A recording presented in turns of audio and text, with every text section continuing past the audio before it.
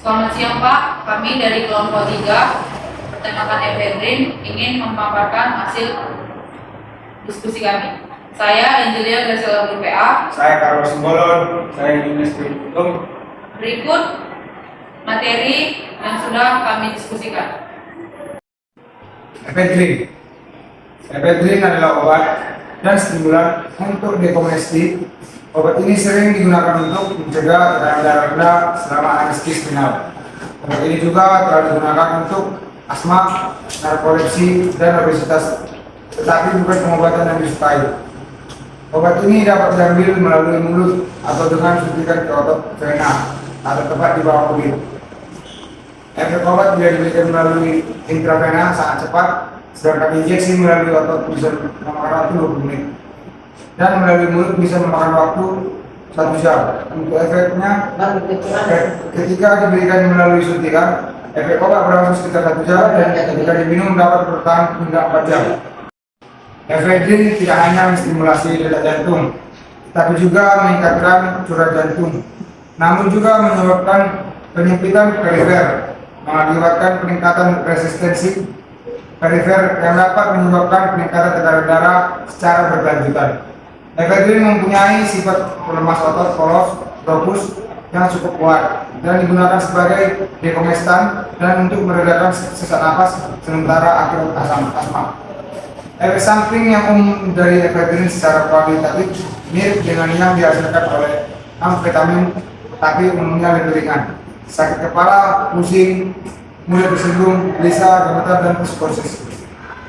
Dosis yang lebih tinggi atau overdosis dapat menyebabkan kegelisahan dan kecemasan, pusing, insomnia, tremor, nadi cepat, berkeringat, kesulitan pernapasan, kebingungan, halusinasi, delirium, dan kejang.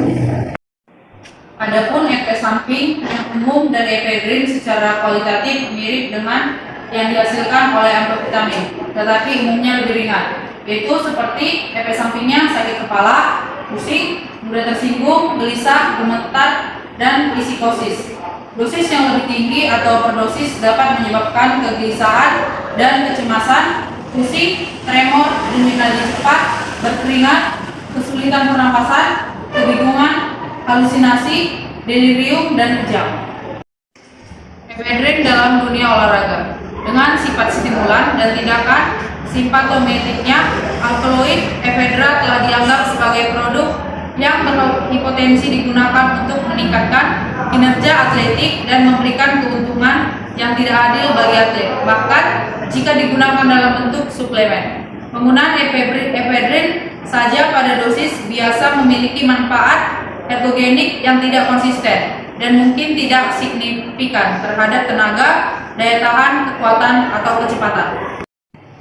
Banyak atlet menggunakan suplemen makanan yang mengandung alkaloid efedra karena manfaat yang dirasakan itu berupa peningkatan energi, penurunan waktu kelelahan, dan potensi sifat ergogenik dengan peningkatan metabolisme, peningkatan kehilangan lemak, dan peningkatan kekuatan otot.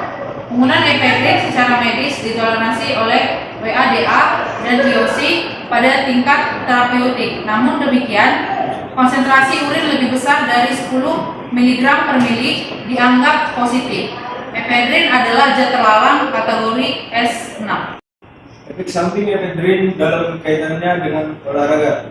Tragedi yang dipublikasikan baru-baru ini telah mendorong berbagai asosiasi atletik untuk fokus pada evaluasi lebih lanjut terhadap penggunaan zat ini dan mencoba mendidik para atlet tentang potensi risiko kesehatan yang terkait dengan penggunaannya.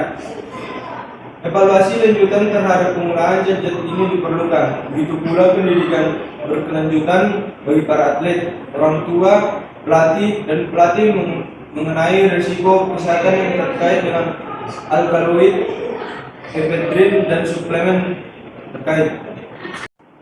Kesimpulannya yaitu manfaat ergogenik sebenarnya efedrin masih belum jelas. Namun semuanya dilarang dan dipantau pada tingkat yang berbeda oleh federasi dan asosiasi olahraga dan berbeda sehubungan dengan efek samping sebenarnya dan latihan olahraga. Perbedaan antara manfaat sebenarnya Dan status larangan ini menyoroti kesulitan yang dimiliki dokter olahraga dalam memberikan nasihat para atlet, orang tua, pelatih, dan komunitas olahraga tentang pendekatan yang tepat untuk memantau, mendidik, dan menguji obat-obatan ini. Bersama-sama mereka mengambil tindakan di bidang pendidikan ilmiah, dan langkah-langkah sosial dan kesehatan untuk melindungi atlet, menyelaraskan standar, mengkoordinasikan undang-undang terkait doping. Secara khusus, harmonisasi peraturan olahraga telah menjadi tujuan internasional yang besar dan harap yang tinggi terhadap hal ini. Sekian pemaparan materi dari kelompok kami. Sekian dan terima kasih.